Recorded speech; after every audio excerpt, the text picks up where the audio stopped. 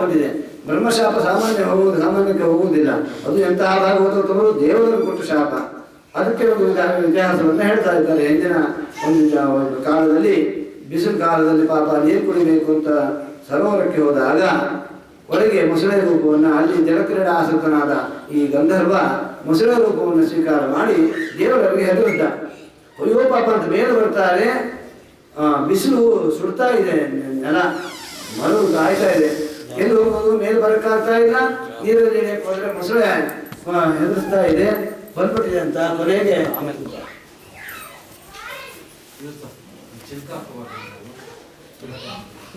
ಆ ಸಮಯದಲ್ಲಿ ಗೊತ್ತಾಯ್ತು ಜ್ಞಾನಿಗಳಿಗೆ, ಇದು ಇವನಿಗೆ ಆಟ ಆಡ್ತಿದ್ದಾನೆ, ದುಃಖ ಕೊಡ್ತಾ ಇದ್ದಾನೆ, ನಿಮಗೆ ಅದೇ ಜನ್ಮ ಶಾಶ್ವತವಾಗಿ ಇನ್ನೇನು ಬೇಡ, ಅಷ್ಟೇ ದೊಡ್ಡವರು ಮಾಡಿ ಅದಕ್ಕೆ ಏನು ಅಪರಾಧ ಮಾಡ್ತೀವೋ ಅದೇ ರೀತಿಯನ್ನು ನಾವೇ ಅನುಭವಿಸಬೇಕು ಅಂತಾರೆ. ದೊಡ್ಡವರಿಗೆ ಮಾಡಿದ ಅಪರಾಧ ಆತ್ಮನೇ ಅದು ನಮಗೆ ಪರಿಣಾಮವನ್ನು ಉಂಟು ಮಾಡ್ತಕ್ಕಂಥದ್ದು. ಕೊನೆಗೆ ಪರಮಾತ್ಮ ಅವರನ್ನು ಉದ್ಧಾರ ಮಾಡಿದ್ದಾಯಿತು.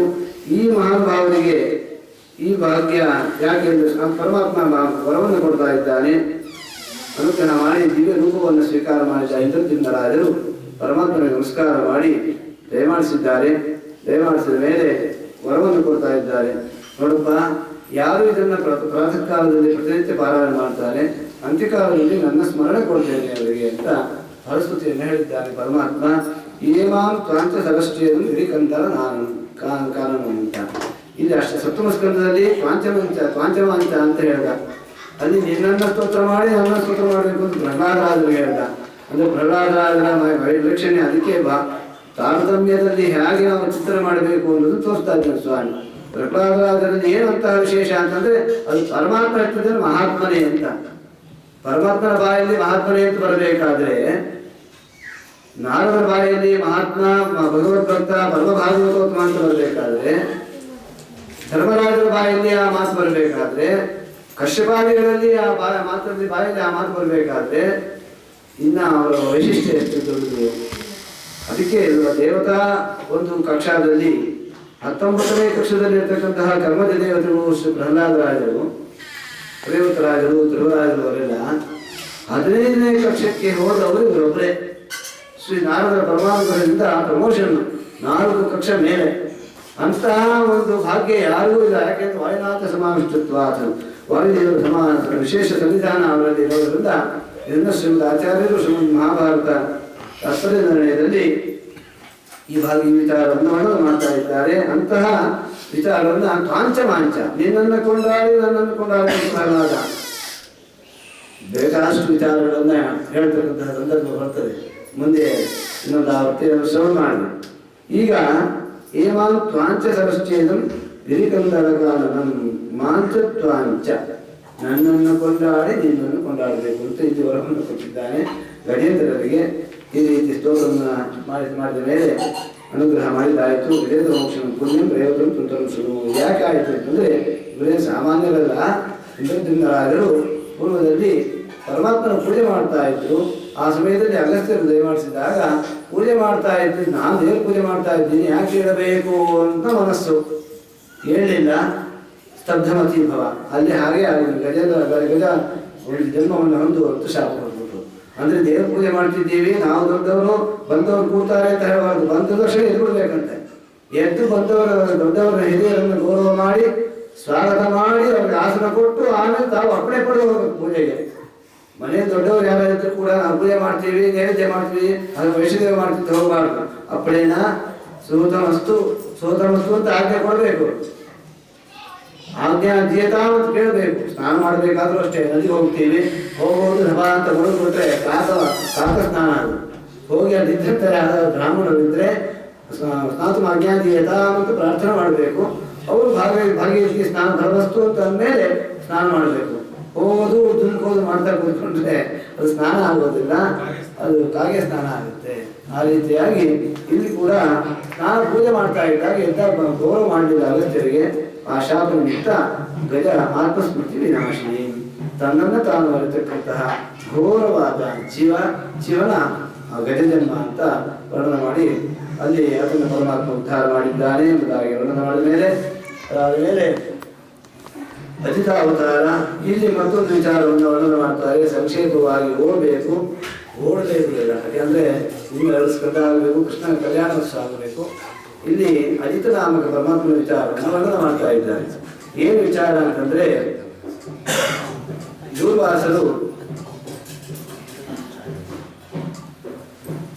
ದೂರ್ವಾಸರು ಒಮ್ಮೆ ಮಾರ್ಗದಲ್ಲಿ ಬರ್ತಾ ಇದ್ದಾಗ ಇಂದ್ರದೇವರು ಐರಾವತದಲ್ಲಿ ಬರ್ತಾ ಇದ್ದಾರೆ.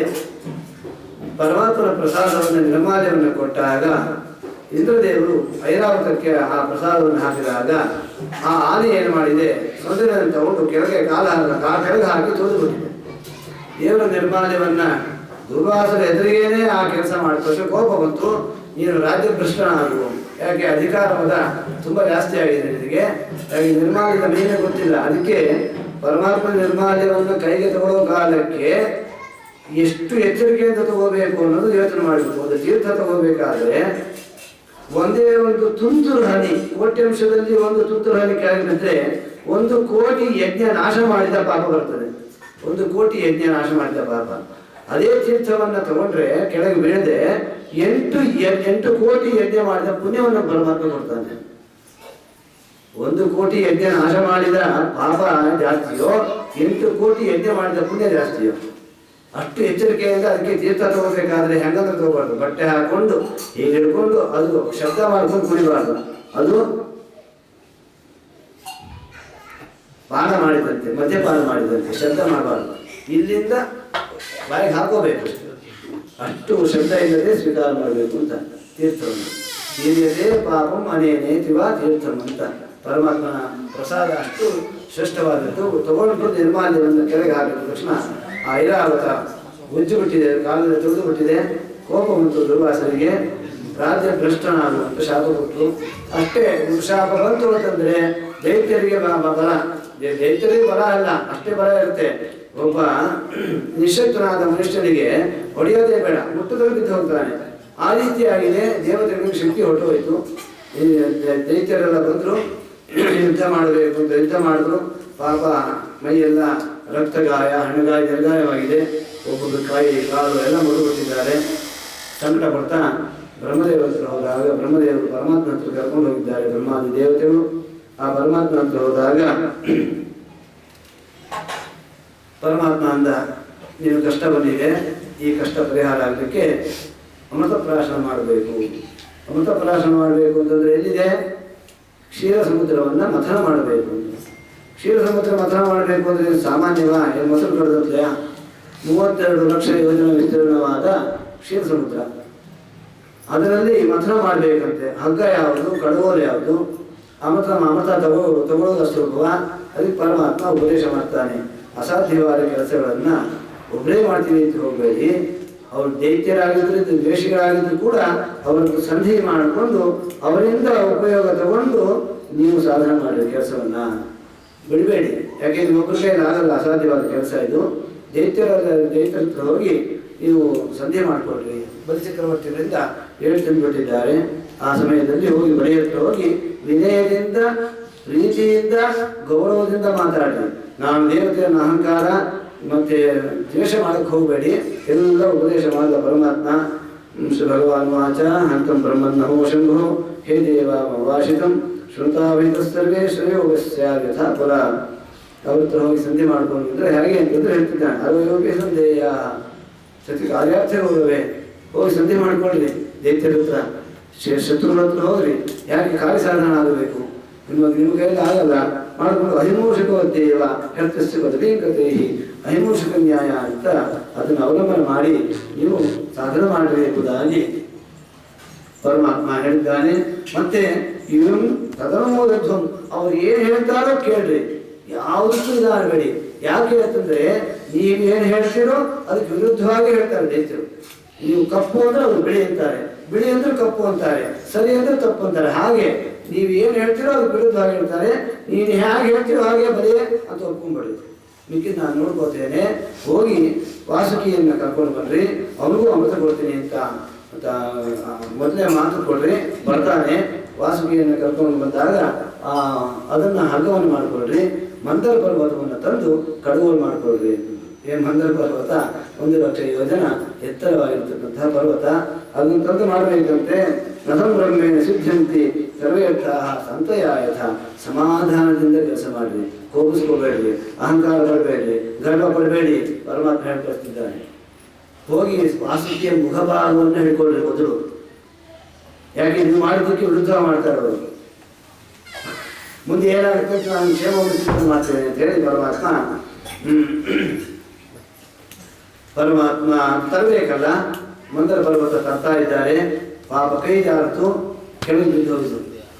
ಬಿದ್ದಾಗ ಪಾಪ ಎಷ್ಟೋ ಸಾವಿರಾರು ದೇವತೆಗಳಿಗೆ ರಾಕ್ಷಸರಿಗೆ ಕೈ ಕಾಲೆಲ್ಲ ಮುರಿದೋಯ್ತು.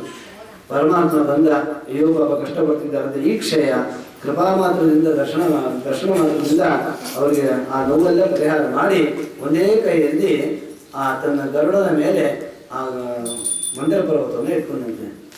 1,00,000 ಯೋಜನ ವಿಸ್ತೀರ್ಣವಾದ ಮಂದರ ಪರ್ವತವನ್ನು ಒಂದೇ ಕೈಯಲ್ಲಿ ಗರುಡದೇವರ ಮೇಲೆ ಇಡಬೇಕಾದ್ರೆ ಆ ಗರುಡದೇವರ ವಿಸ್ತಾರ, ಅವರ ಸಾಮರ್ಥ್ಯ ಎಷ್ಟು ದೊಡ್ಡದು ಚಿತ್ರ ಮಾಡಿ ತಗೊಂಡ್ಬಂದು ಮಂದರ ಪರ್ವತವನ್ನು ಕ್ಷೀರ ಸಮುದ್ರದಲ್ಲಿ ಇಟ್ಟ ಮಥನ ಮಾಡ್ತಾ ಇದ್ದಾರೆ. ಮಾಡುವ ಕಾಲಕ್ಕೆ ಇದ್ದಕ್ಕಿದ್ದಂತೆ ಪರ್ವತ ಕೆಳಗೆ ಹೊರಟೋಯ್ತು, ಜಾಗ್ರತೆ. ಯಾಕೆ ಅಂತಂದರೆ ವಿಘ್ನೇಶ್ವರರ ಪೂಜೆ ಮಾಡಲಿಲ್ಲ, ಸ್ಮರಣೆ ಮಾಡಲಿಲ್ಲ.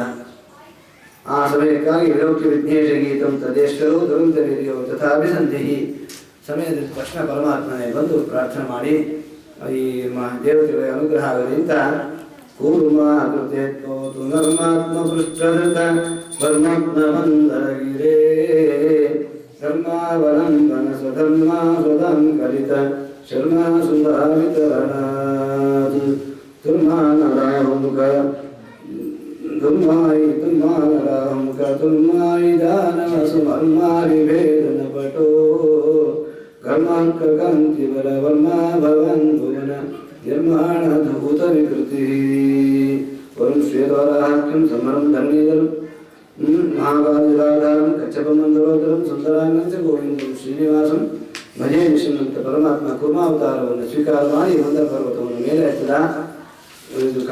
ಕಡಿತಾ ಇದ್ದಾರೆ, ಆದರೂ ಸಾಧ್ಯ ಆಗಲಿಲ್ಲ, ಬಹಳ ಆಯಾಸ ಆಯಿತು.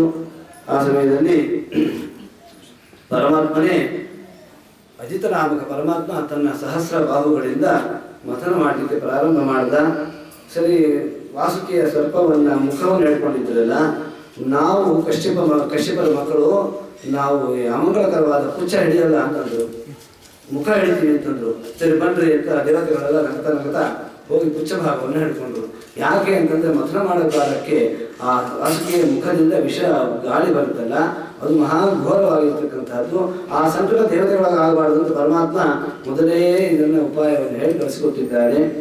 ಸ್ವಯಂವನ ವಸಂತ್ಯಾಗ ಪುಚ್ಚಂ ವಿಗ್ರಹ ಸಾಮರಹ ಆ ರೀತಿಯಾಗಿ ಮಥನ ಮಾಡಿದ ಮೇಲೆ ಆಗಲಿಲ್ಲ. ಪರಮಾತ್ಮನೇ ಅದನ್ನು ಮಥನ ಮಾಡಿ ಏಕಶ್ಯಾಮ ಕನಕವೃದ್ಧಿ ಕರ್ಣ ವಿದ್ಯೋತ ವಿದ್ಯುನ್ಮೂರ್ತಿ ರಾಜುದ್ವಿರಲಿತ ಶ್ರದ್ಧವೋ ರಕ್ತನೇತ್ರ ಶ್ರೀಕೃಷ್ಣ ಸಹಸ್ರ ಭಾವಗಳಿಂದ ಮಥನ ಮಾಡುವ ಕಾಲಕ್ಕೆ ಒಂದೇ ಮೊದಲು ಬಂದದ್ದು ಹಾಲಾಹಲ ವಿಷ. ಆ ಹಾಲಾಹಲ ವಿಷ ಬಂದ ತಕ್ಷಣವೇ ಎಲ್ಲರಿಗೂ ಕಷ್ಟಪಡ್ತಾ ಇದ್ದಾರೆ. ಬಂದಾಗ ಏನು ಮಾಡಬೇಕು? ಲೋಕವನ್ನೇ ಭಸ್ಮ ಮಾಡತಕ್ಕಂತಹ ಸಾಮರ್ಥ್ಯವುಳ್ಳ ಹಾಲಾಹಲ ವಿಷ, ಬದುಕಕ್ಕೆ ಸಾಧ್ಯವೇ ಇಲ್ಲ. ತಕ್ಷಣವೇ ವಾಯುದೇವರು ದಯಮಾಡಿಸಿ ಆ ಎಲ್ಲ ಹಾಲಾಹಲ ವಿಷವನ್ನು ಪರಮಾತ್ಮನ ಆಜ್ಞಾನುಸಾರ ತಾವೇ ಪಾನ ಮಾಡಿಬಿಟ್ಟಿದ್ದಾರೆ. ಎಲ್ಲ ವಿಷಯವನ್ನು ಭಾಗವತ ಹೇಳ್ತಾ ಇದೆ, ರುದ್ರದೇವರು ಪಾನ ಮಾಡಿದ್ರು ಅಂತ. ಶ್ರೀಮದ್ ಆಚಾರ್ಯರು ಶ್ರೀಮದ್ ಮಹಾಭಾರತ ತತ್ಪರ್ಯದಲ್ಲಿ ಅರ್ಪಣೆ ಮಾಡ್ತಾ ಇದ್ದಾರೆ. ಕರೆ ಮಧ್ಯಾಸ್ತಬಲಂ ನಿಧಾಯ ಪುರುಷಾಯ ವಾಯು ಎಲ್ಲ ಹೋಯ್ತಂತೆ. ಒಂದೇ ಒಂದು ಬಿಂದು ಮಾತ್ರ ಆ ಹಾಲಾಹಲ ವಿಷಯವನ್ನ ಕೈಯಲ್ಲಿ ಹಾಕೊಂಡು ಅದರ ಶಕ್ತಿಯನ್ನೆಲ್ಲ ಕಡಿಮೆ ಮಾಡಿ ಅಲ್ಪ ಭಾಗ ಕೊಟ್ಟಂತೆ ರುದ್ರದೇವರಿಗೆ. ಪಾರ್ವತಿ ದೇವಿ ಬಂದು ಕುತ್ತಿಗೆ ಹಿಡಿದುಬಿಟ್ಟಂತೆ, ಸಾಕು. ಅದಕ್ಕೆ ನೀಲಕಂಠ ಅಂತ ಅವರಿಗೆ ನಾಮ, ಶ್ರೀಕಂಠ ಅಂತ. ಶ್ರೀಕಂಠರೆ ಶ್ರೀ ಶಬ್ದಕ್ಕೆ ವಿಷ ಅಂತ ಅರ್ಥ. ಆ ರೀತಿಯಾಗಿ ಶ್ರೀಕಂಠ ಅಂತ, ವಿಷಕಂಠ ಅಂತ ಯಾರು ಶ್ರೀಕಂಠೇಶ್ವರ ಅಂತ ಕರೀತಾರೆ ಹೊರತು ಅವರು ಕಂಠೇಶ್ವರ ಅಂತ ಕರೆಯಲ್ಲ. ಶ್ರೀ ಅನ್ನೋದಕ್ಕೂ ಅರ್ಥ ಇದೆ, ಶ್ರೀ ಅಂದರೆ ವಿಷಕಂಠೇಶ್ವರ ಅಂತಲೇ ಅರ್ಥ. ಆ ರೀತಿಯಾಗಿ ಶ್ರೀ ಶಬ್ದಕ್ಕೆ ವಿಷ ಅನ್ನೋದನ್ನು ಅರ್ಥ ಮಾಡ್ತಾ ಇದ್ದಾರೆ. ಈ ರೀತಿಯ ಪರಮಾತ್ಮ ಅವರನ್ನು ಅನುಗ್ರಹ ಮಾಡಿ ಆವಾಗ ತಲೆ ಸುತ್ತುವಂತೆ ರುದ್ರದೇವರಿಗೆ. ಅಷ್ಟು ಅಲ್ಪವಾದ ವಿಷವನ್ನು ಸ್ವೀಕಾರ ಮಾಡಿದಾಗ ಚಂದ್ರಶೇಖರ ಅಂತ ನಾಮ ಬಂತು ಅಂತ ಹೇಳ್ತಾ ಇದ್ದಾರೆ. ಚಂದ್ರಶೇಖರ ಅನ್ನೋದನ್ನ ವಿಶಿಷ್ಟವಾದ ಅರ್ಥವನ್ನು ನಮ್ಮ ಪೂಜ್ಯರು ಅನುಗ್ರಹ ಮಾಡಿದ್ದಾರೆ. ಅದೇನು ಅಂತಂದ್ರೆ, ತಾರತಮ್ಯದಲ್ಲಿ ರುದ್ರದೇವರು ಲೋಕಪಾಲಕರಾಗಿದ್ದಾರೆ. ಚಂದ್ರ ತಾರತಮ್ಯದಲ್ಲಿ ಕಡಿಮೆ. ಅಂತಹ ಸಮಯದಲ್ಲಿ ಮಹಾರುದ್ರದೇವರಿಗೆ ಬಂದ ಕಷ್ಟವನ್ನು ಚಂದ್ರ ಬಂದು ಪರಿಹಾರ ಮಾಡ್ದ ಅಂತಂದ್ರೆ ಇದು ಲೋಕ ವಿಲಕ್ಷಣವಾದ ವಿಚಿತ್ರವಾದ ಕಾರ್ಯ. ಒಬ್ಬ ತಾರತಮ್ಯ ಕೊಡೋದಿಲ್ಲ. ದೊಡ್ಡವರಿಂದ ಚಿಕ್ಕವರಿಗೆ ಒಂದು ಅನುಗ್ರಹ ಆಗುತ್ತೆ ಹೊರತು ಚಿಕ್ಕವರಿಂದ ದೊಡ್ಡವರಿಗೆ ದುಃಖ ಪರಿಹಾರ ಆಗುತ್ತೆ ಅನ್ನೋದು ದೇವತಾ ವಿಷಯದಲ್ಲಿ ನಡೆಯೋದಿಲ್ಲ. ಇದು ನಡೆಯಬಹುದು, ಪ್ರಾಪಂಚಿಕ ವಿಷಯದಲ್ಲಿ ನಡೆಯಬಹುದು. ದೇವತೆಗಳಲ್ಲಿ ತಾರತಮ್ಯ ಇದೆ. ಹಾಗಾಗಿ ರುದ್ರದೇವರಿಗೆ ಬಂದ ಆ ಕಷ್ಟವನ್ನು ಪರಿಹಾರ ಮಾಡಿದ್ದು ಯಾರು ಅಂತಂದ್ರೆ ಸಾಕ್ಷಾತ್ ತಂದೆಗಳಾದ ಬ್ರಹ್ಮದೇವರೇ. ಯಾಕೆ ಅಂದ್ರೆ ಅತ್ರ ಋಷಿಗಳಲ್ಲಿ 3 ಅವತಾರ ಮಾಡ್ತಾರೆ. ಒಂದು ದತ್ತನಾಗಿ ಅವತಾರ ಮಾಡಿದ, ಮತ್ತೊಂದು ದುರ್ವಾಸನಾಗಿ ರುದ್ರದೇವರ ಅವತಾರ ಮಾಡಿದ್ರು. ಬ್ರಹ್ಮದೇವರ ಅವತಾರ ಮಾಡಬೇಕಲ್ಲ.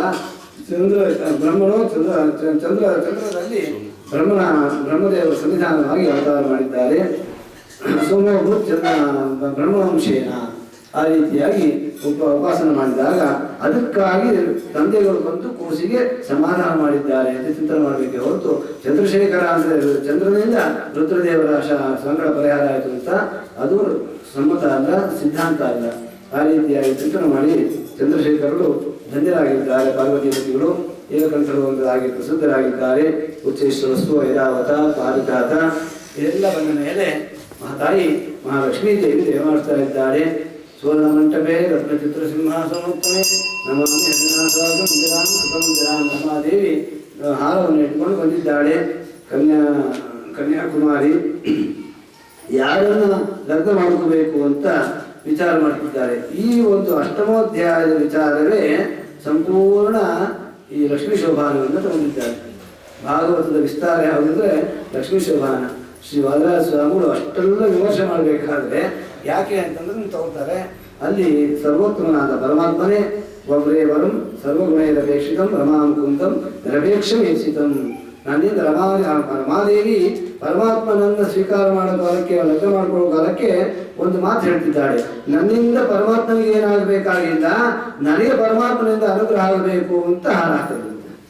ಇವನೇ ಸರ್ವೋತ್ತಮ, ಇವನೇ ಜಗತ್ ರಕ್ಷಕ, ಸರ್ವಸ್ವಾಮಿ ಅಂತ ಚಿಂತನೆ ಮಾಡಿ ಮಹತಾಯಿ ಏವಂ ವಿಮರ್ಶೆ ಅಭಿಚಾರಿ ಸದ್ಗುಣಂ ಪದಂ ನಿಧೇಕಾಶ್ರಯ ಸದ್ಗುಣಾಶ್ರಯಂ ಅಂತ ಕಲ್ಯಾಣ ಗುಣಗುಣನಾಗಿರ್ತಕ್ಕಂತಹ ನಿತ್ಯಾವಿಯೋಗಿ ಯಾವತ್ತೂ ರಮಾನಾರಾಯಣನಿಗೆ ವಿಯೋಗವೇ ಇಲ್ಲ. ಅದಕ್ಕೆ ದೇಶಕಾಲ ವಿಚಿತಾರಮಣಿ, ದೇಶತಃ ಕಾಲತಃ ವ್ಯಾಪ್ತರಾಗಿದ್ದಾಳೆ. ಗುಣತಃ ಪೂರ್ಣರಾಗಿರ್ತಕ್ಕಂಥವು ಅಷ್ಟೇ ಹೊರತು ಪರಮಾತ್ಮನನ್ನ ರಮಾದೇವಿ ಬಿಟ್ಟಿಲ್ಲ, ರಮಾದೇವಿಯನ್ನ ಪರಮಾತ್ಮ ಬಿಟ್ಟಿಲ್ಲ. ಅದಕ್ಕೆ ವೃಷೋನಿವಾಸಿ. ಮತ್ತು ಈ ರೀತಿಯಾಗಿ ಚಿತ್ರ ಮಾಡಬೇಕು. ಅದಕ್ಕೆ ಶ್ರೀ ವಾದರಾಜ ಸ್ವಾಮಿಗಳು ಈ ಉಪಾಸನೆ ಮಾಡಿ ಲಕ್ಷ್ಮೀ ಪೂಜೆ ಮಾಡ್ತೀವಿ ಅಂತಂದ್ರೆ ಮಹಾಲಕ್ಷ್ಮಿ ಲಕ್ಷ್ಮೀ ದೇವಿಯನ್ನೇ ಕೂರಿಸಬೇಕು, ಪರಮಾತ್ಮನ ಕೂರಿಸಬಾರ್ದು ಅಂತ ಏನಾದರೂ ವಿಚಾರ ಬಂತು ಅಂತಂದ್ರೆ ಅದಕ್ಕೆ ಸುವರ್ಣ ಮಂಟಪೆ ರತ್ನಚಿತ್ರ ಸಿಂಹಾಸನೋತ್ತಮೆ ನಮಾಮಿ ಹರಿಣಾಸಾಕಂ ಇಂದಿರಾ, ಹರಿಸಹಿತಳಾದ ಇಂದಿರೆಗೆ ನಾನು ನಮಸ್ಕಾರ ಮಾಡ್ತೇನೆ ಅಂತ ಮಹಾತಾಯಿ ಮಹಾನುಭಾವರು ಸೂಚನೆ ಮಾಡ್ತಿದ್ದಾರೆ. ಯಾವುದೇ ತುಳಸಿ ಪೂಜೆ ಮಾಡಬೇಕಾದ್ರೂ ಅಷ್ಟೇ ಬರೀ ತುಳಸಿ ಪೂಜೆ ಮಾಡಬಾರ್ದು, ಅದು ಒಂದು ಕೃಷ್ಣ ಪ್ರತಿಮೆಯನ್ನು ಇಟ್ಟಿರಬೇಕು ಯಾವತ್ತೂ ಅಷ್ಟೇ. ಆ ರೀತಿಯಾಗಿ ಪರಮಾತ್ಮನನ್ನು ಬಿಟ್ಟು ಲಕ್ಷ್ಮೀ ದೇವಿ ಇಲ್ಲವೇ ಇಲ್ಲ. ಅದಕ್ಕೆ ಕೊಲ್ಲಾಪುರಕ್ಕೆ ಜಗಳ ಆಡ್ಕೊಂಡು ಹೊರಡುವುದು, ಪರಮಾತ್ಮ ಒಬ್ಬನೇ ಇದ್ದಾನೆ ಇಲ್ಲಿ ಅಂತ ಶ್ರೀನಿವಾಸನ ಚಿಂತನೆ ಮಾಡಬೇಡಿ. ಮಾಯಾವಿ ಪರಮಾನಂದಂ ಚಿತ್ವಾ ವೈಕುಂಠಮುತ್ವಂ ಸ್ವಾಮಿ ಪುಷ್ಕರಣೀಯ ತೀರೆ ರಮಯಾ ಸಹ ಮೋದತೆ ಹರ್ಷ ಶ್ರೀರೂಪಿಣಿಯವಾಮೆ ಭೂರೂಪ ಲಕ್ಷ್ಮೀಸ್ಥಿತ ದುರ್ಗಾರೂಪಾಗ್ರಭಾಗಸ್ಥ ತ್ರಿರೂಪ ಚತುರ್ಷಟ್ಕೈ ಶ್ರೀದೇವಿ ಭೂದೇವಿ ದುರ್ಗಾರೂಪದಿಂದ ಪ್ರತಿನಿತ್ಯ ಸೇವೆ ಮಾಡ್ತಿದ್ದಾರೆ. ನಿತ್ಯಂ ಬ್ರಹ್ಮ ಶಿವಶೇಷ ಗರುಡೇಂದ್ರಾದಯೋರಾಹ ಪೂಜೆಯಂತಿ ಮಹಾಭಕ್ತ್ಯ ವೆಂಕಟೇಶಂ ಶ್ರೇಯಾಸಃ ಅಂತ ಶ್ರೀಹರಿಯನ್ನೇ ಈ ರೀತಿ ಚಿಂತನೆ ಮಾಡಬೇಕು ಅಂತ ಲಕ್ಷ್ಮೀದೇವಿ ಬಂದು ಹಾರವನ್ನು ಹಾಕ್ತಾ ಇದ್ದಾರೆ. ಕನ್ಯಾಂ ಕನಕಂ ಕನ್ನಾಂ ಬ್ರಹ್ಮಲೋಕೀಶಯಾಗಿ ಸಮುದ್ರ ಮಹಾನುಭಾವರು ಲಕ್ಷ್ಮೀ ಕಲ್ಯಾಣವನ್ನು ಮಾಡಿಸಿ ಸಂತೋಷಪಟ್ಟು ವಿಶೇಷವಾದ ವೈಭವದಿಂದ ಪರಮಾತ್ಮನಿಗೂ ಅಚಿತನಾಮ ಪರಮಾತ್ಮನಿಗೂ ಲಕ್ಷ್ಮೀದೇವಿಗೂ ಕಲ್ಯಾಣ ಮಹೋತ್ಸವವನ್ನು ನಡೆಸಿದ್ದಾರೆ ಅನ್ನೋದಕ್ಕೆ ವಿಚಾರವನ್ನು ಈ ಸಂಸ್ಕೃತದಲ್ಲಿ ಹೇಳಿದ ಮೇಲೆ ರಮಾವತಾರ ಆದ ಮೇಲೆ ವರಸ್ಯಾನ್ವೇಷಣಂ ಆದ ಮೇಲೆ ಧನ್ವಂತರಿ ಮುಖ್ಯ ಉದ್ದೇಶ ಅಮೃತ ಬರಬೇಕು. ಅದು ಮಥನ ಮಾಡ್ತಾ ಇದ್ದಾರೆ. ಮಥನ ಮಾಡಿದಾಗ ಸ್ವಾಮಿ ದಯ ಮಾಡಿಸಿಬಿಟ್ಟಿದ್ದಾನೆ. ಧನ್ವಂತರಿ ಪರಮಾತ್ಮ ಅಮೃತ ಕಲಶವನ್ನು ಸ್ವೀಕಾರ ಮಾಡಿ ಬಂದಾದ ಧನ್ವಂತರಿಂಗ ರುಚಿ ಧನ್ವಂತರೇರಿತರು ಧನ್ವಂತರಿ ಭವಸುಧಾ ಮನ್ವಂತರ ವಸತ ಮನ್ವಂತರಾಧಿಪತ ಧನ್ವಂತರೌಷಧ ನಿಧೇ. ಶ್ರೀಹರಿ ಕಲಶವನ್ನು ಹಿಡ್ಕೊಂಡು ಬಂದ ತಕ್ಷಣವೇ ಆನಂದ ಬಾಷ್ಪ ಬಂತಂತೆ. ದೇವತೆಗಳನ್ನೆಲ್ಲ ದೇವತೆಗಳನ್ನು ನೋಡಿದ ತಕ್ಷಣ ಆನಂದ ಬಾಷ್ಪ ಬಂತು. ಆ ಆನಂದ ಬಾಷ್ಪ ಅಮೃತ ಕಲಶದಲ್ಲಿ ಹಾಗೇ ಬಿತ್ತಂತೆ. ಜಲಜಕ್ಷಣ ಮಲಕಜ್ಜಲ ಬಿಂದು ಪೀಯೂಷ ಕಲಶದಲ್ಲಿ ಬೀಳೆ ಜಲಿಸಿ ಹರಿಯಿಂದ ಶ್ರೀ ತುಳಸಿ ಎಂದು ಕರೆಸಿದಿ. ಪರಮಾತ್ಮನೇ ನಾಮಕರಣ ಮಾಡಿದ್ದು ಶ್ರೀ ತುಳಸಿ ಅಂತ. ಆ ಅಮೃತ ಬಿದ್ದ ತಕ್ಷಣವೇ ತುಳಸಿ ಉದ್ಭವ ಆಗಿದ್ದಾಳೆ ಮಾತಾಯಿ. ಅದಕ್ಕೆ ಶ್ರೀ ತುಳಸಿ ಅಂತ ನಾಮಕರಣ ಮಾಡಿದ ಪರಮಾತ್ಮ. ಅಮೃತ ಕಲಶ ಇಟ್ಕೊಂಡಿದ್ದಾಗ ಒಂದು ಕೈಲಿ ಇಟ್ಕೊಂಡಿದ್ದಾನೆ. ದೈತ್ಯರು ನೋಡಿದ್ರು ಬಂದಿದ್ದೇ ಎತ್ಕೊಂಡು ಹೊಡೋದು, ಕಲಶ ಎತ್ಕೊಂಡು ಹೊಡೋದು. ದೇವತೆಗಳೆಲ್ಲ ಕಷ್ಟಪಟ್ಟಿದ್ದಾರೆ, ಅವ್ರ ಕಡೆ ನೀವು ಕೊಡ್ತೀನಿ ಅಂತ ಕೂಡ ಹೇಳಿಲ್ಲ. ಎತ್ಕೊಂಡು ಓಡಿ ದೂರ ಹೋಗಿ ಪರಸ್ಪರ ಕಲಹ ಮಾಡ್ತಾ ನಿಂತುಬಿಟ್ಟಿದ್ದಾರೆ. ಕಲಹ ಮಾಡ್ತಾ ಇದ್ದಾಗ ಇವ್ರಿಗೆಲ್ಲ ಭಯ ಆಯಿತು, ಸಂಕಟ ಆಯಿತು. ಪರಮಾತ್ಮ ನೋಡಿದ, ಮಾಭೀಷ್ಟ ಆತಂಕ ಪಡಬೇಡ್ರಿ, ನಾನಿದ್ದೀನಿ, ನಿಮಗೆ ಅನುಗ್ರಹ ಮಾಡ್ತೇನೆ ಅಂತ ಅಭಯವನ್ನು ಕೊಟ್ಟ.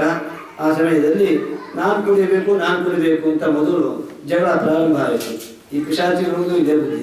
ಯಾವುದೋ ಒಂದು ಬೇಟೆಯನ್ನು ಹೊಡೆಯಕ್ಕೆ ಹೋದಾಗ ನಾನು ಮೊದಲು ಅಂತ ಮಾಘಮಾಸ ಮಹತ್ನಲ್ಲಿ ಬರ್ತದೆ. 28 ಪಿಶಾಚಿಗಳು ಶಾಂಡಿಲ್ಯರ ಶಿಷ್ಯರನ್ನ ತಿನ್ನಕ್ಕೆ ಹೋಗೋ ಕಾಲಕ್ಕೆ ನಾನು ಹಿಡಿತೀನಿ ಅಂತ.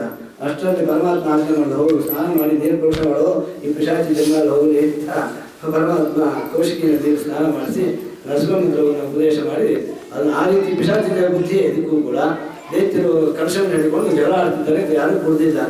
ಪರಮಾತ್ಮ ಅಂತ ಮೋಹಿನಿ ರೂಪವನ್ನು ಸ್ವೀಕಾರ ಮಾಡಿದ. ಲೋಕಮೋಹನ ರೂಪವಾದ ಆ ರೂಪವನ್ನು ನೋಡಿ ಯಾಕ್ಷೀರವರ್ಧಿ ಶಿಕ್ಷಾದಿ ಪರೀಕ್ಷಾ ಸುಲಕ್ಷಣ ಪರೀಕ್ಷಾ ಕ್ಷಮಾದಿ ಪ್ರೇಕ್ಷಾಕ್ಷಿರೋ ಮಕರಲಕ್ಷಣ ಸೌಕ್ಷಿತ ಪದಾಕ್ಷೇಪ ಲಕ್ಷಿತಧರ. ಆ ರೂಪವನ್ನು ನೋಡಿದ ತಕ್ಷಣವೇ ಯಾರೂ ನೋಡಿ ಸಾಧ್ಯ ಇಲ್ಲ. ಆ ರೂಪ ಅಂತಹ ರಮಾದೇವಿಯೂ ಮೋಹ ಬರತಕ್ಕಂತಹ ರೂಪದಂತೆ. ಸರಸ್ವತಿ ನೋಡಿದಂತೆ, ಭಾರತೀ ದೇವಿ ನೋಡಿದಂತೆ, ದಾಕ್ಷಾಯಿಣಿ ಅಪಿ ನೋಡು ಕೂಡ ಏನು ಮಾಡೋಕ್ಕಾಗದಂತೆ ರಮಾದೇವಿ ಬಂದಂತೆ. ಓಹೋ, ಇವರಿಗೆ ಯಾಕೆ ಇನ್ನೊಂದು ಹೆಣ್ಣಿನ ವ್ಯವಸ್ಥೆ, ಈ ಹೆಣ್ಣಿಗೆ ಮತ್ತೊಂದು ವ್ಯವಸ್ಥೆ ಹೆಣ್ಣೆ ಯಾಕೆ ಅಂತ ರಮಾದೇವಿಯೇ ಮೋಹಗೊಂಡಂತೆ ಆ ರೂಪವನ್ನು. ಯೋಗಮೋಹನ ರೂಪ ರಮಾದೇವಿದು. ಜಗತ್ತಿನಲ್ಲಿ ಅತ್ಯಂತ ಮೋಹನ ರೂಪ ಲಕ್ಷ್ಮೀದೇವಿದು. ಆ ಲಕ್ಷ್ಮೀದೇವಿಯೇ ಮೋಹಗೊಳ್ತಕ್ಕಂತಹ ಪರಮಾತ್ಮ ಸ್ತ್ರೀ ರೂಪ ಅಂದ ಮೇಲೆ ಅದಕ್ಕೆ ಹೇಳ್ತಾರೆ ಸ್ವರಮಣ. ಪರಮಾತ್ಮೆಯನ್ನು ಸ್ವರಮಣ ಅಂತಂದಾಗ ಸ್ವಯಮೇವ ರಾಜತೆ ಸ್ವಯಮೇವ ರಾಜ ನಾನ್ಯ ಅಂತ ಆ ಸುಖವನ್ನ ರಮಾದೇವಿಗೆ ಸುಖವನ್ನ ಕೊಡೋ ಕಾಲಕ್ಕೂ ತನ್ನ ಸ್ತ್ರೀ ರೂಪವನ್ನ ರಮಾದೇವಿಯಲ್ಲಿ ಸ್ಥಾಪನೆ ಮಾಡೇ ಕೊಡ್ತಾನೆ ಹೊರತು ಸಾಕ್ಷಾತ್ಕಾರ ಕೊಡಲ್ಲಂತೆ. ಅಷ್ಟು ಸ್ವಾತಂತ್ರ್ಯವನ್ನ ಸ್ವರಮಣ ಪರಮಾತ್ಮ. ಅಂದ್ರೆ ನನಗೆ ನಿನ್ನಿಂದ ಏನಾಗಬೇಕಾಗಿಲ್ಲ, ನನ್ನಿಂದ ನಿನಗೆ ಸುಖ ಅಂತ ತೋರಿಸ್ತಾ ಇದ್ದಾನೆ. ಅದಕ್ಕೆ ರಮಾದೇವಿ ಹೇಳ್ತಿದ್ದಾರೆ ಪ್ರೀತಿಯಿಂದ, ನಾನು ಪರಮಾತ್ಮ ನನ್ನನ್ನು ಲಗ್ನ ಮಾಡ್ಕೊಂಡಿದ್ದೆ. ಹಾಗೆ ಯಾಕಂದ್ರೆ ಭಗವಂತನಿಗೆ ಏನಾಗಬೇಕಾಗಿಲ್ಲ, ಲಕ್ಷ್ಮೀಪತಿ ಅಂತ ಅನ್ಕೊಂಡು ಗೌರವ ಬರಬೇಕಾಗಿಲ್ಲ. ಭಿಕ್ಷುಕನ ಮನೆಯ ಔತಣವ ಕೃಪೋದದಿಯು ಸ್ವೀಕರಿಸಿದಂತೆ ಇದ್ದಾರೆ. ಭಿಕ್ಷುಕ ಚಕ್ರವರ್ತಿ ಬರ್ತಾ ಇದ್ದಾಗ ಮಾರ್ಗದಲ್ಲಿ ಒಬ್ಬ ಭಿಕ್ಷುಕ ಬಂದು, ಸ್ವಾಮಿ ನಮ್ಮ ಮನೆಗೆ ದಯಮಾಡಿಸಬೇಕು ಅಂದ್ರೆ ಆ ಚಕ್ರವರ್ತಿ ಅವ್ರ ಮನೆಗೆ ಹೋಗಿ ಸ್ವೀಕಾರ ಮಾಡಿದ್ರೆ ಆ ಔತಣವನ್ನ ಎಷ್ಟು ಸಂತೋಷವೋ ಆ ಭಿಕ್ಷುಕನಿಗೆ ಅಷ್ಟು ಸಂತೋಷ ಲಕ್ಷ್ಮೀದೇವಿ ಪಡ್ತಿದ್ದಾಳಂತೆ. ನನ್ನನ್ನು ಲಗ್ನ ಮಾಡ್ಕೊಂಡು ನನ್ನ ಉದ್ಧಾರ ಮಾಡಿದ ಪರಮಾತ್ಮ ಅಂತ. ಅಂದ್ರೆ ಸ್ವರಮಣ, ಸ್ವತಂತ್ರ, ನಿರಪೇಕ್ಷ, ನಿತ್ಯತೃಪ್ತ, ಪೂರ್ಣಕವನಾಗಿರ್ತಕ್ಕಂಥ ಪರಮಾತ್ಮ ಅನ್ನೋದು ಪ್ರತಿ ಕ್ಷಣ ಚಿಂತನೆ ಮಾಡಬೇಕು. ಅದಕ್ಕೆ ಶ್ರೀರಂಗಾಚಾರ್ಯರು ಪ್ರಮೇಯ ಜ್ಞಾನ ಅಂತ ಕೊಟ್ಟಿದ್ದಾರೆ. ಈ ಪ್ರಮೇಯ ಜ್ಞಾನ ಇಟ್ಕೊಂಡೇ ನಾವು ಯಾವುದೇ ಪುರಾಣ, ಪುಣ್ಯಕಥೆ, ಹಾಡು, ಹಸೆ ಯಾವುದೇ ಮಾಡಬೇಕಾದ್ರೂ, ಮಾತನಾಡಬೇಕಾದ್ರೂ ಪರಮಾತ್ಮನಲ್ಲಿ ದೋಷ ಇದೆ ಅಂತ ಕಂಡ್ರೆ ಅದು ದೋಷ ಅಲ್ಲ, ದೋಷದಂತೆ ಕಾಣ್ತಾ ಇದೆ. ಯಾರಿಗೆ? ಪ್ರಮದದ ಸುಧಿಯ ದೇಶಗಳಿಗೆ ಮಹತ್ವ ಕಾಣುತ್ತೆ ಅಂತ ಚಿಂತನೆ ಮಾಡಬೇಕು. ಆ ಸಮಯದಲ್ಲಿ ತಕ್ಷಣವೇ ಸ್ತ್ರೀ ರೂಪ ಸ್ವೀಕಾರ ಮಾಡಿದ ತಕ್ಷಣವೇ ನೋಡಿದ ದೈತ್ಯರೆಲ್ಲ ಓಹೋ, ತಕ್ಷಣವೇ ಅವ್ರ ಮನಸ್ಸಲ್ಲಿ ಬಂತಂತೆ, ಇವಳು ನನ್ನ ಹೆಂಡತಿ, ನಿಮ್ಮತ್ತಿಗೆ ಬರ್ತಾ ಇದ್ದಾಳೆ ಅಂದ್ರೆ ನಿಮ್ಮತ್ತಿಗೆ ಇವರೇ ನಿಶ್ಚಯ ಮಾಡ್ಕೊಂಡ್ಬಿಟ್ರು. ಯಾವ ಪ್ರಮುಖನಾಗಿದ್ದಾನೋ ಅವನಿಗಿಂತ ಬಲದಲ್ಲಿ ಕಡಿಮೆ ಇದ್ದವರು ಹಾಗೆ ಪರಸ್ಪರ ಹೇಳ್ಕೊಂಡು ಮಾತಾಡ್ಕೊಂಡು ಹೋಗ್ತಿದ್ರಂತೆ. ಅದಕ್ಕೆ ಶ್ರೀಮದ್ ಆಚಾರ್ಯರು ಹೇಳ್ತಾರೆ, ಪರಸ್ತ್ರೀಯರಲ್ಲಿ ಮಾತೃಗತಿ ಇಲ್ಲ ಅಂತಂದ್ರೆ ಇದೇ ಗತಿ ಆಗುತ್ತೆ. ಈ ವಿಚಾರವನ್ನು ವರ್ಣನೆ ಮಾಡಿ ಕೊನೆಗೆ ಪರಮಾತ್ಮನಿಂದ ಮಾತಾಡ್ತಿದ್ದಾನೆ, ನಿಂತಿದ್ದಾನೆ. ಇವರೆಲ್ಲ ಹೋಗಿ ಆ ಕಳಶವನ್ನ ನಿನ್ನನ್ನು ನೋಡಿದ್ರೆ ಸಮಾನವಾಗಿ ಹಂಚಿದೆ ಅಂತ ಗೊತ್ತಾಗ್ತಾ ಇದೆ, ಹಾಗಾಗಿ ಎಲ್ಲರಿಗೂ ಸಮಾನವಾಗಿ ನೀನೇ ಹಂಚಿಬಿಡು ಅಂತ ಹೊರಗೆ ಹೋಗ್ತಿದ್ರೆ ಆ ಮಹತಾಯಿ ಪರಮಾತ್ಮ ಅಂತಾನಂತೆ, ವಿಶ್ವಾಸ ಇಲ್ಲ, ಪ್ರೀತಿ ಇಲ್ಲ, ಪರಿಚಯ ಇಲ್ಲ, ಯಾವೊಂದೂ ಇಲ್ಲ, ನನ್ನಲ್ಲಿ ಯಾಕೆ ಇಂಥ ವಿಶ್ವಾಸ ಮಾಡ್ತಿದ್ರೆ? ಆಗಂತುಕರಲ್ಲಿ ಅಪರಿಚಿತರಲ್ಲಿ ಇಷ್ಟು ವಿಶ್ವಾಸ ಮಾಡೋದು ಒಳ್ಳೆಯದಲ್ಲ, ಅದು ಹೆಣ್ಣು ಮಕ್ಕಳಲ್ಲಿ ಇಷ್ಟು ವಿಶ್ವಾಸ ಮಾಡಲೇಬಾರ್ದು, ಮಾಡ್ತಾ ಇದ್ದೀರಲ್ಲ ಅಂತಂದ್ರೆ, ಇಲ್ಲ ನೀನು ನೋಡಿದ್ರೆ ನಮಗೆ ವಿಶ್ವಾಸ, ಯಾಕೆ ತಾನು ಒಳ್ಳೆಯವನು ತರಿಸಿಕೊಂಡು ಅವನು ನನ್ನನ್ನು ಮರಣ ಮಾಡ್ಕೊಳ್ಳಿ ಅನ್ನೋ ದುರ್ಬೋಧನೆ ಅಷ್ಟೇ, ಇನ್ನೇನಿಲ್ಲ. ತಾನು ಸಜ್ಜನನ್ನಾಗಿ ನಡ್ಕೊಂಡ್ರೆ ಆಗ ಅರ್ಥ ಮಾಡ್ಕೋಬೋದಲ್ಲ, ಒಳ್ಳೆಯವನು ತರಿಸ್ಕೋಬೋದಲ್ಲ ಅಂತ ದುರ್ಬೋಧಿಯಿಂದ ಆ ಮಾತು ಹೇಳಿದಾಗ, ಆದರೆ ಒಂದು ಮಾತು ಹೇಳ್ತೇನೆ, ನಾನು ಇಷ್ಟು ಜನ ಗಂಡಸರಿದ್ದೀರಿ, ನನಗೆ ನಾಚಿಕೆ ಆಗುತ್ತೆ ನಿಮ್ಮ ಮಧ್ಯೆ ಬರೋಕ್ಕೆ. ದೈತ್ಯರ ಒಂದು ಗುಂಪು, ದೇವತೆ ಒಂದು ಗುಂಪು ಕೂತ್ಕೊಂಡ್ಬಿಡ್ರಿ, ನಿಮ್ಮಲ್ಲಿ ಒಬ್ರಿಗೊಬ್ರಿಗೆ ಆಗಿ ಬರೋದಿಲ್ಲ, ಪ್ರತ್ಯೇಕವಾಗಿ ಕೂತ್ಕೊಳ್ರಿ, ನಿಮಗೆ ನಾನು ಅಮೃತ ಪಾನ ಮಾಡಿಸ್ತೇನೆ, ಹಾಗಾಗಿ ಕಣ್ಣು ಮುಚ್ಕೊಂಡು ಕೂತ್ಕೊಳ್ರಿ ಅಂತ ಪರಮಾತ್ಮ ಆಜ್ಞೆ ಮಾಡ್ದ. ಅಸುರಾಣಾಂ ಸುಧಾಪಾನ ಸರ್ಪಾಣಿ ದುರ್ನಯಂ, ಸರ್ಪಾಣಾಂ ಇವ ದುರ್ನಯಂ, ಹಾಲಿಗೆ ಸರ್ಪಗಳಿಗೆ ಅಮೃತವನ್ನು ಕೊಟ್ಟರೆ ವಿಷಮೇ ಅಭಿವೃದ್ಧಿ ಆಗುತ್ತೆ ಅಂತ ತಿಳಿದ ಪರಮಾತ್ಮ ಮತ್ವಾದಾದಿ ಪ್ರಶಂಸಾಣಾಂ ತಾನು ವಿಭಜಿತ ಅಚ್ಯುತಃ ಅವರಿಗೆ ಕೊಡಲಿಲ್ಲಂತೆ. ದೈತ್ಯರಿಗೆ ಪರಮಾತ್ಮ ಯಾರಿಗೆ ಎಷ್ಟು ಪ್ರಾಪ್ತಿ ಇದೆಯೋ ಲಭ್ಯ ಇದೆಯೋ ಅಷ್ಟೇ ಸಿಗುತ್ತೆ ಹೊರತು ಏನು ಕಷ್ಟಪಟ್ಟಿವಿ ಅಂತ ತಕ್ಷಣ ಸಿಗೋಂಗಿಲ್ಲ, ಕದ್ಕೊಂಡು ಹೋಗ್ತೀವಿ ಅಂತ ಸಿಗೋಂಗಿಲ್ಲ. ದುರ್ಯೋಧನನಿಗೂ ಅದೇ ಆಯಿತು. ಏನು ಮಾಡ್ದ? ಮೋಸ ಮಾಡಿ ಎಲ್ಲವನ್ನ ಅಪಹಾರ ಮಾಡಿದ. ರಾಜಸೂಯ ಯಾಗದಲ್ಲಿ ಬಂದ ಐಶ್ವರ್ಯವನ್ನ ಪಾಂಡವರಿಗೆ ಬಂದದ್ದನ್ನ ಬೀಗ ಹಾಕಿಸಿಟ್ಟ. ಯಾಕೆ? ಅವರು ಮತ್ತು ಬಂದ ಮೇಲೆ ಮೋಸ ಮಾಡಿ ಅವರಿಗೆ ಮತ್ತೆ ರಾಜ್ಯವನ್ನು ಕೊಡದೆ ಅವ್ರ ಮುಂದೆ ಈ ವೈಭವವನ್ನು ನಾನು ಅನುಭವಿಸಬೇಕು ಅಂತ ಸಂಕಲ್ಪ ಮಾಡ್ದ. ಪರಮಾತ್ಮ ಅಂದ, ನಿನ್ನ ಸದ್ಯಕ್ಷಿಣ ಚಿನತ್ತಿ ಅನಿಮಿಷಾಯ ನಮಸ್ತೆ ತಸ್ಮೈ ಅಂತ ಬ್ರಹ್ಮದೇವರು ಹೇಳಿದಂತೆ ನಿನ್ನ ಎಲ್ಲ ಜೀವರಾಶಿಯನ್ನು ಯೋಚನೆ ಮಾಡ್ತಾರಂತೆ. ಇಷ್ಟು ಮೋಸ ಮಾಡಿ ನಾನು ಸುಖವಾಗಿ ಬದುಕಬೇಕು ಅನ್ನೋ ಅಷ್ಟೊತ್ತಿಗೆ ಅವರ ಆಯಸ್ಸನ್ನೇ ಕಿತ್ಕೊಂಡ್ಬಿಡ್ತೀವಲ್ಲ ಕೃಷ್ಣ ಅಂತ ಬ್ರಹ್ಮದೇವರು ಸ್ತೋತ್ರ ಮಾಡ್ತಾ ಇದ್ದಾರೆ. ಹಾಗೆ ಶ್ರೀ ಭೀಮಸೇನ ದೇವರಿಂದ ಗದಾಪ್ರಹಾರದಿಂದ ಅವನು ಹೇಗೆ ನಷ್ಟನಾದನು ಹಾಗೆ ದೈತ್ಯರಿಗೂ ಕೂಡ ಸಿಗಬಾರದು. ಪರಮಾತ್ಮ ಯಾರ್ಯಾರಿಗೆ ಎಷ್ಟು ಭಾಗ್ಯ ಕೊಡಬೇಕು ಅದನ್ನು ಕೊಡ್ತಾನೆ. ದೈತ್ಯರೆಲ್ಲ ಕೂತಿದ್ದಾರೆ, ದೇವತೆಗಳು ಕೂತಿದ್ದಾರೆ. ಪರಮಾತ್ಮ ಒಂದು ಅಮೃತವನ್ನು ದೇವತೆಗಳೆಲ್ಲ ಕೊಟ್ಟಾದ ಮೇಲೆ ಮಧ್ಯದಲ್ಲಿ ರಾಹು ಮತ್ತು ಕೇತುಗಳು ಬಂದಿದ್ದಾರೆ ಅಂತ ಹೇಳ್ತಾ ಇದ್ದಾರೆ. ರಾಹು ಬಂದು ಕೂತಿದ್ದಾರೆ ಅಂತ ಸರ್ವಜ್ಞನಾದ ಪರಮಾತ್ಮನಿಗೆ ಬಂದಿದ್ದು ಗೊತ್ತಿದ್ದೇನು? ಮುಂದೆ ನವಗ್ರಹಗಳಲ್ಲಿ ಅವರನ್ನು ಕೂಡಿಸಬೇಕು ಅಂತಲೇ ಇಚ್ಛಾ ಮಾತ್ರದಿಂದಲೇ ಆ ಪಾನವನ್ನು ಅಮೃತವನ್ನು ಹಾಕಿ ಎರಡು ಭಾಗ ಮಾಡಿ ದೇಹವನ್ನು ಮಾಡಿ ನವಗ್ರಹಗಳಲ್ಲಿ ಸೇರಿಸಿದ್ದಾನೆ ಹೊರತು ಅಜ್ಞಾನದಿಂದ ಸೂರ್ಯ ಚಂದ್ರರನ್ನು ತೋರಿಸಿದ್ರು ಅಂತ ಮಾತ್ರ ಭಾಗವತ ಹೇಳ್ತಾ ಇದೆ. ಯಾಕೆ ಭಾಗವತವು ಕೂಡ ಅದರ ಮೌನಾರ್ಥವಾಗಿ ಇದೆ. ಇದು ಒಂದೊಂದು ಹೆಜ್ಜೆಯನ್ನು ಕೂಡ ಶ್ರೀಮದ್ ಆಚಾರ್ಯರ ತಾತ್ಪರ್ಯ ಇಲ್ಲ ಅಂತಂದ್ರೆ ಭಾಗವತ ಒಂದು ಅಕ್ಷರವನ್ನು ಕೂಡ ಯಾರೂ ಅರ್ಥ ಮಾಡ್ಕೊಳ್ಳೋಕೆ ಸಾಧ್ಯ ಇಲ್ಲ. ಯಾಕೆ? ಪ್ರಥಮ ಸ್ಕಂದದಲ್ಲಿ ಶ್ರೀ ನಾರದರು ಬಂದು ಉಪದೇಶ ಮಾಡುವುದು ಅಂತ ಹೇಳ್ತಾ ಇದೆ. ವೇದವ್ಯಾಸ ದೇವರಿಗೆ ಭಾಗವತ ಉಪದೇಶ ಮಾಡಿದ್ರು, ಬ್ರಹ್ಮದೇವರಿಂದ ಬಂದಿತ್ತು ಅಂತ ನಾರದರು ಉಪದೇಶ ಮಾಡಿದ್ರು ಅಂತಂದ್ರೆ ಅಲ್ಲೇ ಸಿದ್ಧಾಂತ ಬಿದ್ದೋಯ್ತು. ಮತ್ತು ಭಾಗವತ ಮುಂದೆ ಏನು ಹೋಗುದಿಲ್ಲ. ಹಾಗಾಗಿ ಎಲ್ಲಿ ಶ್ರೀಮದ್ ಆಚಾರ್ಯರ ಅನುಗ್ರಹ ಇಲ್ಲ ಅಲ್ಲಿ ನಮಗೆ ಯಥಾರ್ಥ ಜ್ಞಾನ ಸಿಗೋದಿಲ್ಲ ಅಂತ ಚಿಂತನೆ ಮಾಡಬೇಕು. ಈ ರೀತಿ ಪರಮಾತ್ಮ ಕೊಟ್ಟ ಮೇಲೆ ಅದರ್ಶನಾಗಿಬಿಟ್ಟಿದ್ದಾನೆ. ಅಷ್ಟರಲ್ಲಿ ಕಲಹ ಪ್ರಾರಂಭ ಆಯಿತು. ಕಲಹ ಪ್ರಾರಂಭ ಆದಾಗ ಅಮೃತಪಾನದಿಂದ ದೇವತೆಗಳಿಗೆ ಶಕ್ತಿ ಬಂದಿತ್ತು. ದೈತ್ಯರನ್ನ ಅನಾಯಾಸವಾಗಿ ಅವರನ್ನೆಲ್ಲ ಸೋಲಿಸಿ ರಾಜ್ಯವನ್ನು ಇಂದ್ರದೇವರು ಸ್ವೀಕಾರ ಮಾಡಿ ರಾಜ್ಯ ಪರಿಪಾಲನೆ ಮಾಡ್ತಾ ಇದ್ದಾರೆ. ಇಲ್ಲಿ ಬಲಿಚಕ್ರವರ್ತಿಗಳನ್ನ ಅಕ್ಷರಶಃ ಸಂಹಾರ ಮಾಡಿಬಿಟ್ಟಿದ್ದಾರೆ, ಮೃತರಾಗಿಬಿಟ್ಟಿದ್ದಾರೆ. ಆದರೂ ದೇಹವನ್ನು ಸಂಸ್ಕಾರ ಮಾಡದೆ ದೈತ್ಯರೆಲ್ಲ ತಗೊಂಡು ಹೋಗಿ ಶುಕ್ರಾಚಾರ್ಯರ ಹತ್ತಿರ ತಗೊಂಡು ಹೋಗಿದ್ದಾರೆ. ತಗೊಂಡು ಹೋದಾಗ ಮೃತ ಸಂಜೀವಿನಿ ವಿದ್ಯೆಯಿಂದ ಆ ಬಲಿಚಕ್ರವರ್ತಿಯನ್ನು ಬದುಕಿಸ್ಬಿಟ್ಟಿದ್ದಾರೆ ಶುಕ್ರಾಚಾರ್ಯರು. ಬಹಳ ದಿವಸ ಆಗಿದೆ, ಆದ ಮೇಲೆ ಸುಖವಾಗಿ ಜೀವನ ಮಾಡ್ತಾ ಇದ್ದಾರೆ. ಇದ್ದಾಗ ಒಂದು ದಿವಸ ಇಂದ್ರದೇವರು ನೋಡ್ತಾರೆ, ಬಲಿಚಕ್ರವರ್ತಿ ಬರ್ತಾ ಇದ್ದಾರೆ ತನ್ನ ದಂಡ ಸಮೇತ. ಬರೋದನ್ನು ನೋಡಿದ ಇಂದ್ರದೇವರು ಗಾಬರಿಯಾದರು. ಇದೇನು ಇಂಥ ತೇಜಸ್ಸು, ಇಂಥ ಘೋರ ರೂಪ, ಯಾರು ಸ್ವಾಮಿ ಅಂತ ಕೇಳಿದ್ರು ಬೃಹಸ್ಪತ್ಯಾಚಾರ್ಯರನ್ನ. ಬೃಹಸ್ಪತ್ಯಾಚಾರ್ಯರು ನೋಡಿದ್ರು ಅಲ್ಲೇ, ಇಂದ್ರ ಇನ್ನು ನಿಮ್ಗೆ ಏನು ಒಳ್ಳೆ ಕಾಲ ಇಲ್ಲ, ಅವನು ಬರ್ತಿರೋನು ಬಲಿಚಕ್ರವರ್ತಿ, ಗುರುಗಳ ಪರಮಾನುಗ್ರಹ ಸಂಪಾದನೆ ಮಾಡಿಬಿಟ್ಟಿದ್ದಾನೆ, ಇನ್ನು ಅವನನ್ನು ಗೆಲ್ಲಬೇಕು ಅಂದರೆ ಸಾಕ್ಷಾತ್ ಪರಮಾತ್ಮನೇ ಬರಬೇಕೇ ಹೊರತು ಇನ್ಯಾವ ದೇವತೆಗಳಿಂದಲೂ ಇವನನ್ನು ಸೋಲಿಸಲಿಕ್ಕೆ ಸಾಧ್ಯ ಇಲ್ಲ. ಅಂತಹ ಗುರು ಅನುಗ್ರಹ ಆಗಿಬಿಟ್ಟಿದೆ. ಇವೆಲ್ಲ ಹೊರಟುಬಿಡಿ. ಇದ್ದಕ್ಕಿದ್ದ ಕ್ಷಣದಲ್ಲಿ ಪ್ರಾಣಿ ಪಕ್ಷಿ ರೂಪದ